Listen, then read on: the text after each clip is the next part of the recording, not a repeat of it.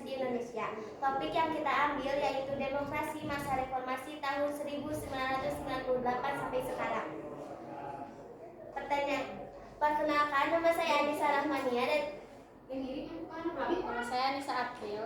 Nama saya Alexa. Nama saya Mega Puspita.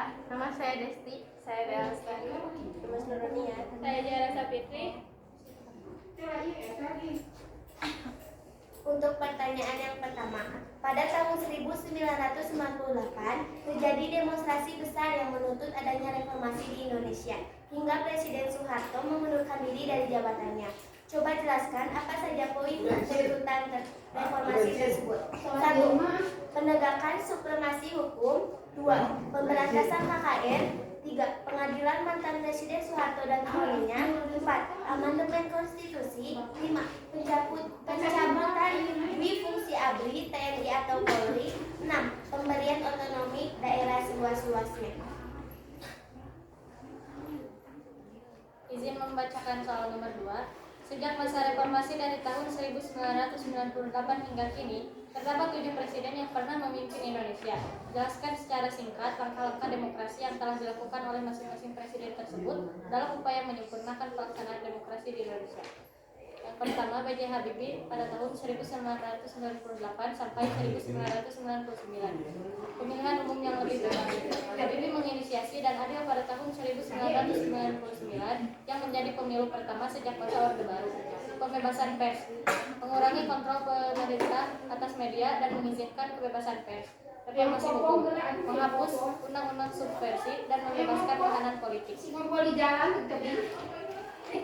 Kedua, Abdurrahman Wahid 1999 sampai 2001. Desentralisasi kekuasaan, melaksanakan otonomi daerah untuk memberikan lebih banyak kekuasaan kepada pemerintah daerah. Reformasi militer, memisahkan politik dari angkatan bersenjata dan mengurangi pengaruh militer dalam politik. Kebebasan beragama, mempromosikan pluralisme dan toleransi umat beragama. Selanjutnya Megawati Soekarno Putri 2001 sampai 2004. Stabilitas demokrasi, melanjutkan reformasi institusi demokrasi dan memperkuat lembaga-lembaga negara. Penguatan hukum dan HAM, melakukan upaya untuk menegakkan hukum dan hak asasi manusia. Peningkatan partisipasi politik, mendukung proses pemilihan umum yang lebih inklusif. Selanjutnya adalah Susilo Bambang Yudhoyono 2004 sampai 2014.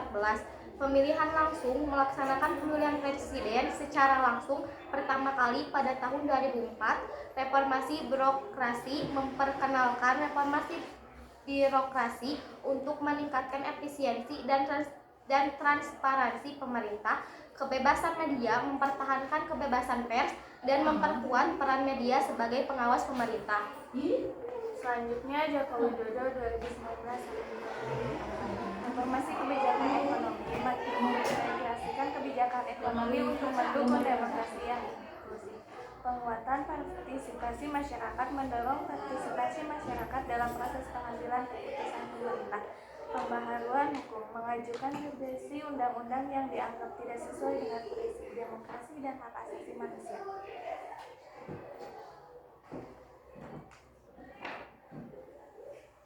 Selanjutnya, ada Bapak Joko Widodo tahun 2014 sampai 2019.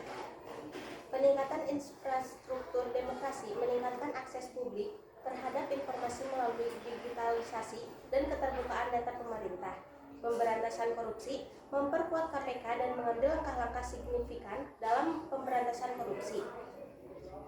Reformasi hukum dan HAM, mendorong reformasi hukum dan perlindungan hak asasi manusia dengan penekanan pada keadilan sosial. Selanjutnya nomor 3.